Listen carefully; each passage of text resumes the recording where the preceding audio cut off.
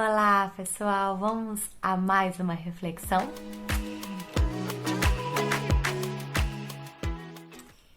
E eu quero falar hoje algo que você de repente não parou para pensar.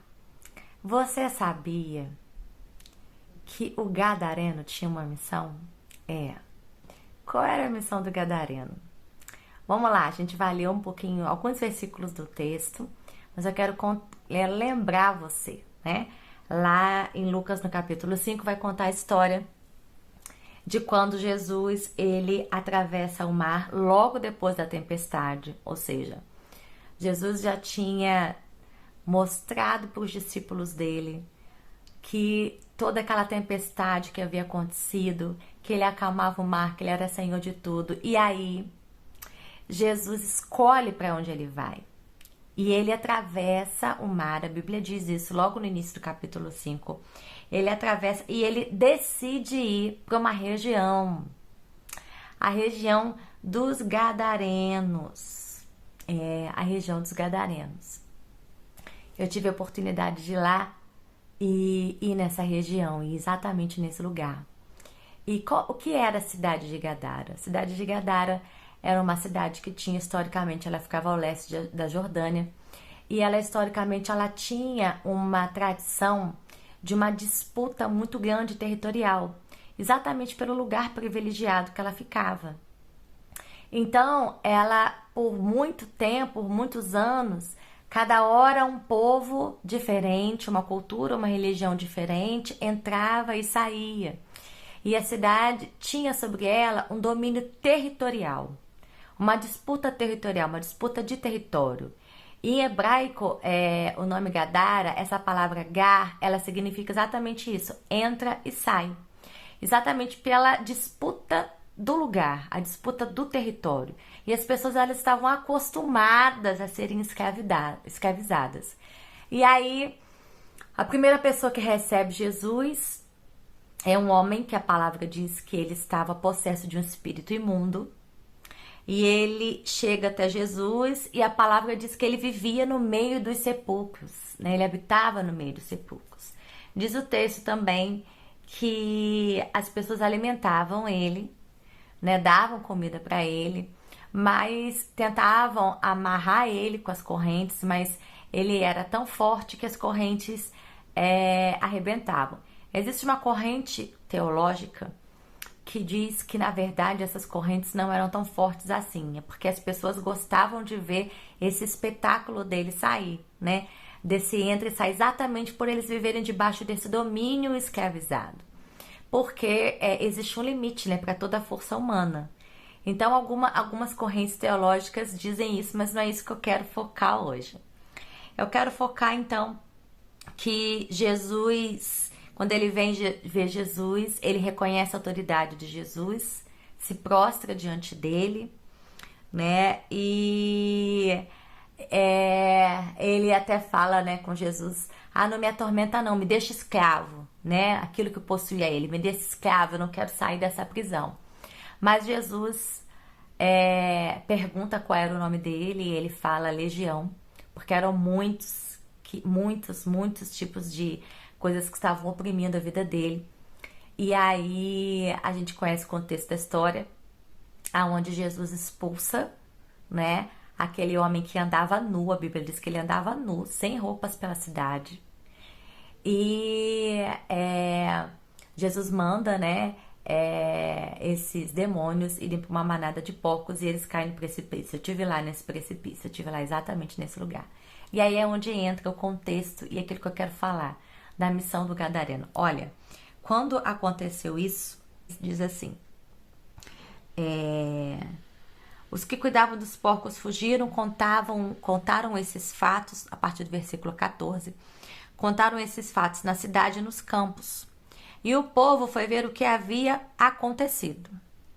Quando se aproximaram de Jesus, viram ali o homem que fora possesso da legião, assentado, vestido e em perfeito juízo. E a Bíblia fala que eles ficaram com medo. Olha isso. Um homem que era tido como maluco, um homem que era tido como um homem com problema mental, um homem que andava nu, um homem que aterrorizava as pessoas. De repente, Jesus chega e, numa palavra liberada, esse homem tem a vida totalmente recuperada, totalmente transformada. E quando eles chegam e eles veem esse homem do lado de Jesus, a Bíblia fala que esse homem estava vestido, ele estava com outra aparência, ele estava comendo e ele tinha recuperado a identidade. Ele tinha saído debaixo dessa escravidão e ele tinha recuperado a consciência dele. Ele tinha visto o poder e a autoridade de Jesus. Só que olha só, a Bíblia fala que as pessoas ficaram com medo. Como pode? As pessoas ficaram com medo. E eles começaram a pedir Jesus que saísse da cidade deles. Olha isso. Eles começaram a pedir Jesus que saísse, como se eles falassem assim: Jesus, a gente não quer. A gente quer continuar escravo. A gente acostumou com essa escravidão. A gente acostumou com essa disputa. Não faz na cidade aquilo que você fez pelo homem. A gente não quer isso agora, a gente não está preparado. Quantas vezes na nossa vida a gente recebe palavras, a gente fala que Jesus cura, liberta, salva, pode restaurar, pode tirar qualquer pessoa do vício. E a gente diz não, porque a gente está muito acostumado com a escravidão. A gente está muito acostumado com esse território sendo dominado pela escravidão. E Jesus, ele chega ali para trazer libertação. Só que aí o que acontece? Quando o homem vê que Jesus estava entrando no barco, olha só o versículo 18. Quando Jesus estava entrando no barco, ou seja, para sair de lá e para deixar aquele lugar e fazer um outro propósito, o homem que estiver endemoniado suplicou que Jesus deixasse ir com ele, mas Jesus não permitiu. Jesus não permitiu. Jesus ainda fala assim: vá para casa, conta para sua família e anuncie que o Senhor Jesus fez por você. E como teve misericórdia de você. E aí a gente vê aqui alguém possuído, alguém que tinha uma vida desacreditada, alguém que tinha perdido a sua dignidade, a sua palavra, a sua confiança na sociedade, ser totalmente transformado de um homem sem valor para um homem com valor. E ele pede Jesus, ele faz um pedido a Jesus: me deixa aí. E o que Jesus diz para ele? Não, você não vai. E por que Jesus diz para esse homem não ir? Sendo que a cidade toda não queria libertação. Porque Jesus queria usar o gadareno numa missão. A missão de levar a palavra, contar para a família, espalhar para uma cidade inteira, para uma nação inteira, o que Jesus tinha feito com a vida dele, como Jesus tinha recuperado o valor dele, a identidade dele, a dignidade dele, a saúde mental, física e emocional.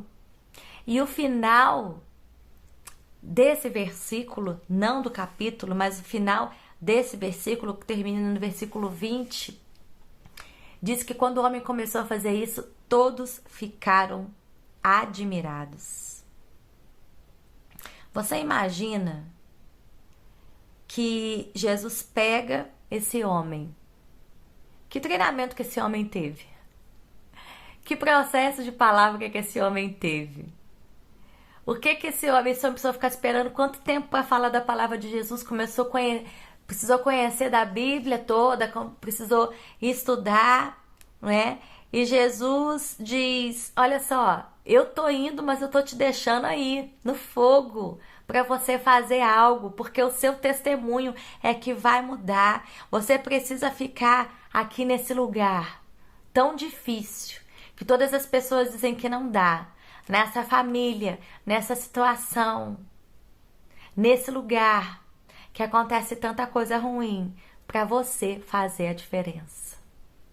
Às vezes a gente fica esperando das pessoas, a gente fica esperando de uma circunstância, a gente fica esperando de um líder, a gente fica esperando de um governo, a gente fica esperando de tantas coisas e a gente olha assim, tá difícil, a cidade tá difícil, o emprego tá difícil, essa situação não muda, a família é difícil, o filho é difícil. E Jesus fala assim, fica aí, porque você, se entender a autoridade que eu tô te entregando, a restauração, a restituição que eu tô te entregando, e você mantiver isso dentro do seu coração, você pode fazer a transferência, ou seja, a mudança. Jesus transforma aquilo que te escravizou em autoridade para libertação. É essa a maior mensagem que eu quero deixar. Aquele versículo que diz: o meu poder se aperfeiçoa na sua fraqueza. Então, meu querido, eu e você temos fraquezas, temos debilidades que todos os dias nós colocamos diante do Senhor. Mas o poder dele pode ser aperfeiçoado na nossa fraqueza.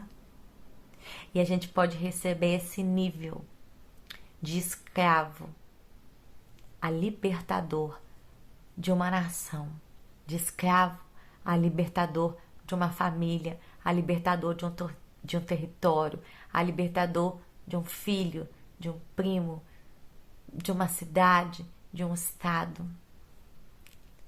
Não é porque o seu passado foi um passado opresso, onde seu território era dominado, que você precisa passar anos esperando fazer acontecer. Não, eu vou esperar mais um tempo. Eu vou esperar entender mais. Eu vou esperar compreender mais. Eu vou estudar entender mais.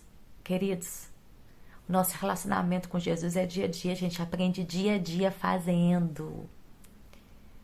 Porque esse poder é que nos move, não é debaixo da nossa autoridade, é debaixo da autoridade que Ele entregou pra gente. Então não fica mais esperando o que ainda falta mudar, não fica ainda esperando o que falta para fazer, vá e faça. Jesus tinha tudo para levar aquele homem com ele, porque a cidade ainda não tinha entendido quem era Jesus, mas Jesus deixa aquele homem ali como uma luz. E Jesus está chamando a mim e a você para sermos essa luz. E se você ainda entende que você está preso por algum território, olhe para o lado, olhe para alguém que é essa luz. E eu tenho certeza que você vai poder experimentar da mesma restauração que esse homem experimentou. Ok? Fique com Deus. Um grande beijo no seu coração.